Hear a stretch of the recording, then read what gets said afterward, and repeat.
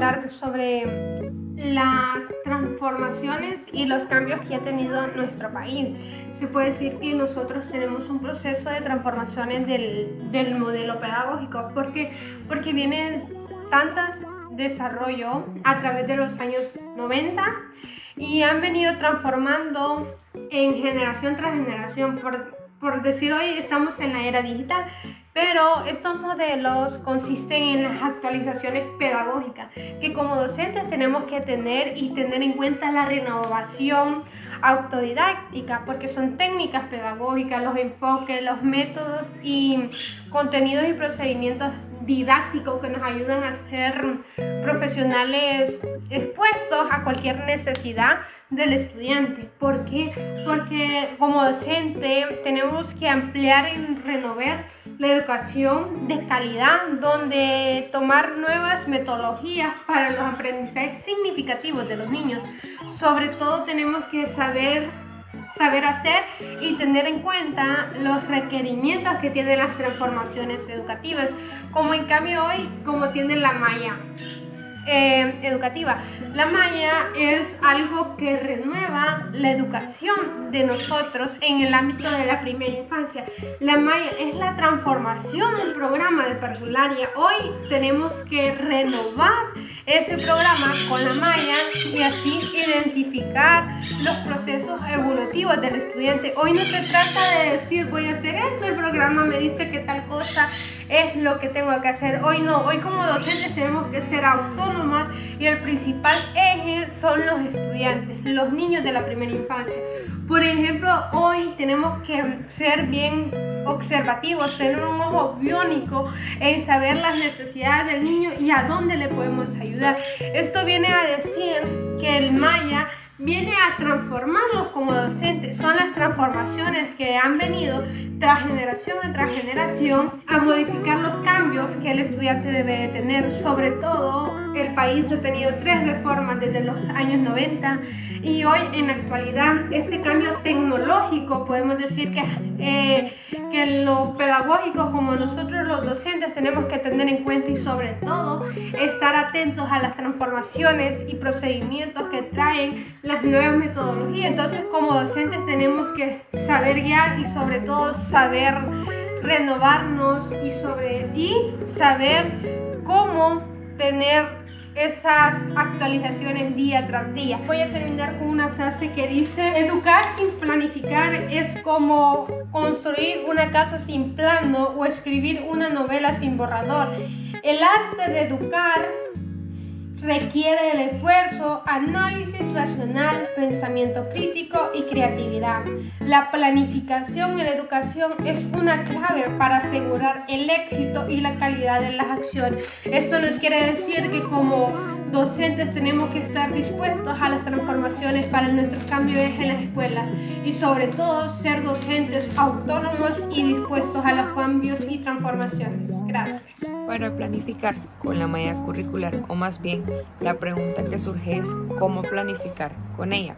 Pues debemos tener presente que ella no se modifica, sino que esta surge o nace de la necesidad de poder atender a los intereses de los niños y las niñas. Pues este no es más que un instrumento que le ayuda al docente para planificar con ayuda de los estándares en el proceso educativo.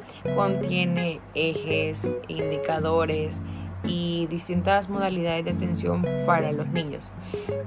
Pues esta viene dividida por columnas. En la primera está identificado el número o la semana que se va a trabajar. Luego en la segunda columna vienen especificados los ejes temáticos. Luego en la tercera columna ya vienen los estándares o más bien los indicadores. Contiene también las dimensiones y las subdimensiones. Luego en la cuarta columna pues aquí ya vienen las áreas de desarrollo, que aquí hacer una pausa. Pues con ella no necesariamente tenemos que poner las 4 de un solo, sino que se pueden trabajar la misma.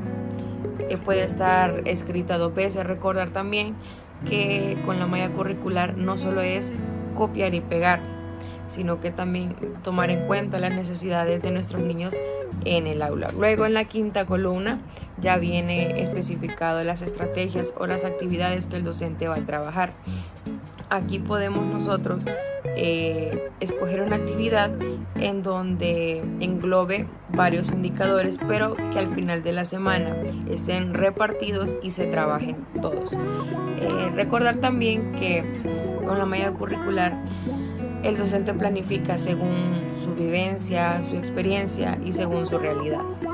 Para el momento de planificar es importante tener en cuenta lo que son el documento o libro de los EDAPI y la malla curricular. Pues aquí vienen conceptos nuevos, pero no es algo diferente a lo que nosotros hemos estado acostumbrados a trabajar. Ahora vamos a hablar un poco cómo podemos usar la malla transitora los docentes, ya que a muchos docentes les está costando un poco este proceso, pues como muchos saben es algo nuevo para la mayoría de los docentes.